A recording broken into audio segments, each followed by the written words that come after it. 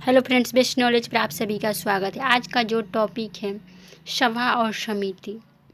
जैसा कि आप सभी जानते हैं कि अभी मैं आप लोगों को प्राचीन काल की कुछ शब्दावलियाँ पढ़ा रही हूँ, जिसका आज टॉपिक है सभा और समिति। सभा और समिति वैदिक काल की जनतांत्रिक संस्थाएं थी। अथर्ववेद में सभा और समिति को प्रजापति की दो पुत्रियाँ कहा गया है।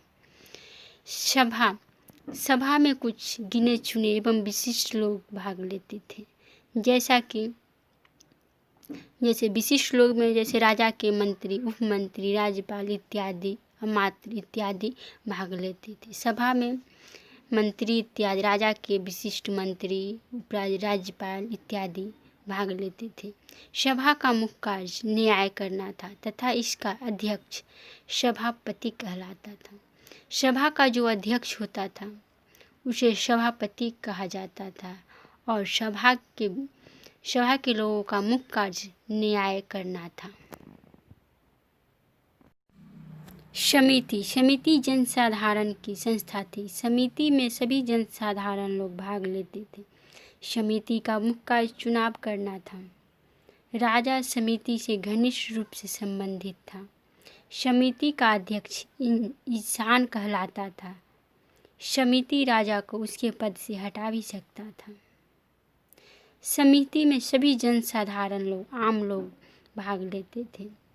समिति का मुख्य कार्य जो था सो किसी भी व्यक्ति का चुनाव करना था, जैसे कि मंत्री, सेनापति इत्यादि का चुनाव करना था।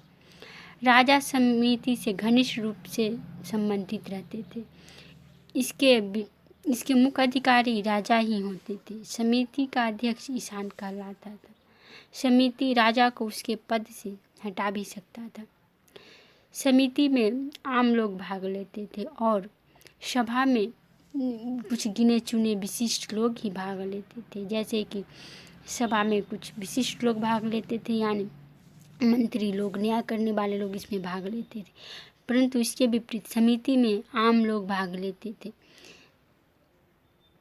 समिति का मुख्य कार्य चुनाव करना था, जैसे किसी भी अधिकारी का चुनाव करना था, मंत्रीगण इत्यादि का चुनाव करना होता था। समिति से राजा विशिष्ट रूप से गुजरे हुए भी रहते थे और समिति का अध्यक्ष ईशान कहलाता था और सभा का अध्यक्ष सभापति कहलाता था।